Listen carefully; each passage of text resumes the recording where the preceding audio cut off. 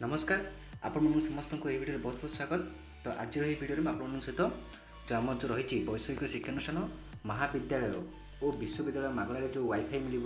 जो 1G data मिल किसी मुझे डिस्कसन करी आउ +2 सेकेंड जो एडमिशन किपर भाव आप करेंगे डिस्कसन करी। तो बर्तमान आम देखिए जे आम जो शिक्षा व्यवस्था रही किसी परिवर्तन होता एड हो स्टूडेंट को बेनिफिट्स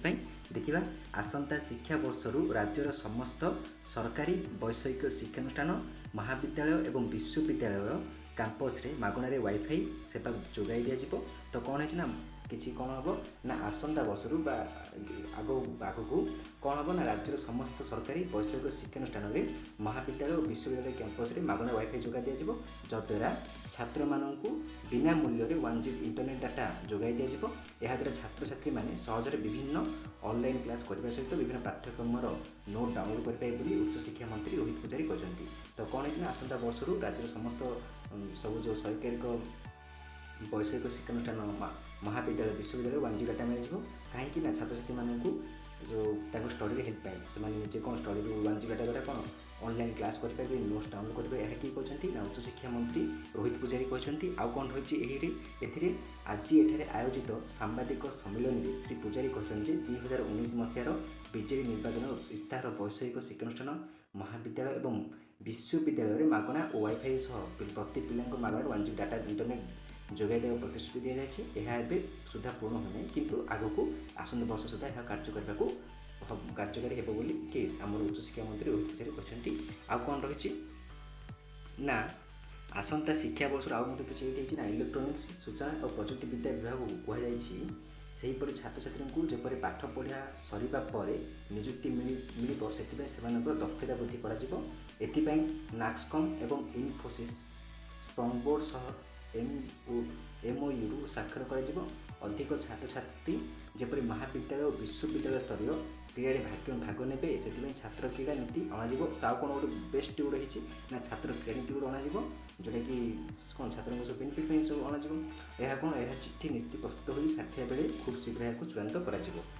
कौन रही छात्र छात्री मैंने गवेषणा संदर्भ को जपरी व्यावसायिक क्षेत्र में व्यवहार कर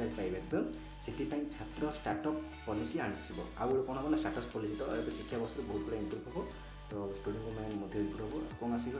फास्ट तो आमर कौन 1G इंटरनेट मिल नेक्स्ट छात्र क्रीड़ा नीति गोटे हम नेक्स्ट आज कौन है ना छात्र स्टार्टअप पॉलिसी गोटे आसो जहाँद्वारा समझ कौन किसी छात्र मैंने जो स्टार्टअप खोल पारे छात्र छात्री पारंपरिक व्यावसायिक आर्थिक प्रोत्साहन दिज्व सह अन्य सुविधा सुजोग मिल बोली मंत्री श्री पूजारी कहते। यही अवसर में मंत्री कहते चलित वर्ष ठारू 200 छात्र छात्री को मागणार सिविल सर्विस परीक्षा भी प्रस्तुत कर आसंता वर्ष ठारू ओडिशार बहु छात्र छात्री सिविल सर्विस परीक्षा भल रैंक रखिए। आगामी दिन में महाविद्यालय और विश्वविद्यालय स्तरीय खाली पड़ा शिक्षक पदवी पूरण हो मंत्री कहते। यही सांबादिक सम्मेलन में विभाग प्रमुख सचिव विष्णुपद सेठी और उच्च शिक्षा परिषद उपाध्यक्ष प्रोफेसर अशोक कुमार दास उपस्थित थे। तो नेक्स्ट कौन रही ना बर्तमान देखिए +2 जो एडमिशन अच्छी कि विषय बर्तमान पे करेंगे ना एथर केवल ऑनलाइन रे युक्त 2 नाम लेखा हम शिक्षा वर्ष उच्च माध्यमिक विद्यालय तथा युक्त 2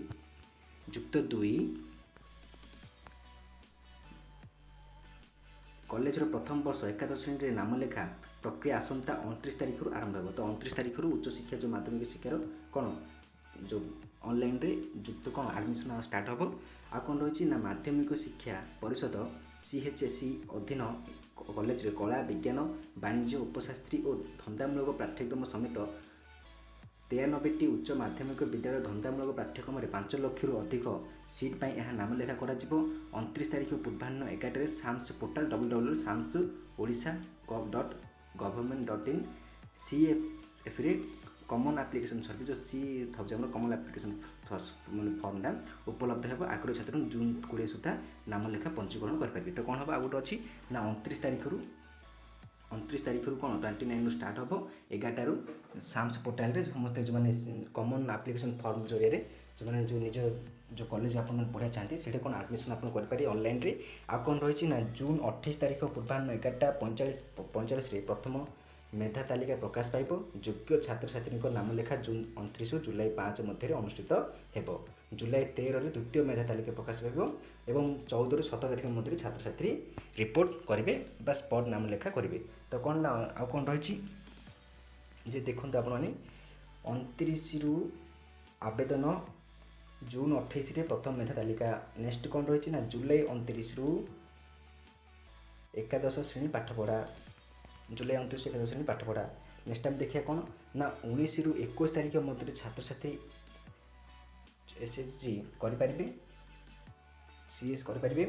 जुलाई 26 रे स्पोर्ट्स सिलेक्शन तालिका प्रकाश पाइब तो जुलाई 26 रे कौन ना स्पोर्ट्स सिलेक्शन तालिका प्रकाश पाइब योग्य छात्र छात्री नाम लेखा जुलाई 26-27 अनुष्ठित हो जुलाई 29 ରୁ एकादश छात्र छात्री पाठपढ़ा आरंभ हो बोली उच्च माध्यमिक शिक्षा निर्देशालय पक्ष जारी विज्ञप्ति कहुई। एथर केवल ऑनलाइन माध्यम नाम लेखा अनुष्ठित हो साधारण वर्गर प्रार्थी आवेदन फीस 200 और एसटी वर्ग 100 टंका रखा। तो एथर कौन ना जुलाई 29 ରୁ आवेदन स्टार्ट हो जून 28 ରେ प्रथम मेधा तालिका हो जुलाई 29 ରୁ कौन हो जो जुलाई 29 ରେ एकादश श्रेणी पाठपढ़ा स्टार्ट हो कौन रही ना जो मैंने जो +2 एडमिशन जो मैंने करेंगे से जो कौन रही ना साधारण वर्ग जनरल कैटेगरी कौन रही ओबीसी 200 टंका फीस सी जो online CFC common application form पे आउ एससी एसटी वर्ग 100 टंका रखा जाइए। तो यही प्रकार आपने ऑनलाइन जुक्त 2 नाम लेखा कौन एडमिशन कर नाम लिखिपारे एडमिशन हो पारे। तो thank you to all for watching this video मैं आगू मत सब स्टडी रिलेटेड एग्जाम सब अपडेट आप शेयर करी आउ चैनल गुड़ाई +2 +3 सब नोट्स अच्छी जो मैंने कि इंटरेस्ट अच्छे जो चैनल को विजिट करेंगे आम प्ले स्टोर चेक करेंगे आप कमेंट जनपारे आपको कौ वीडियो दरकार मुझे चेष्टा करी आप वीडियो प्रोवाइड करने। तो thank you to all for watching this video.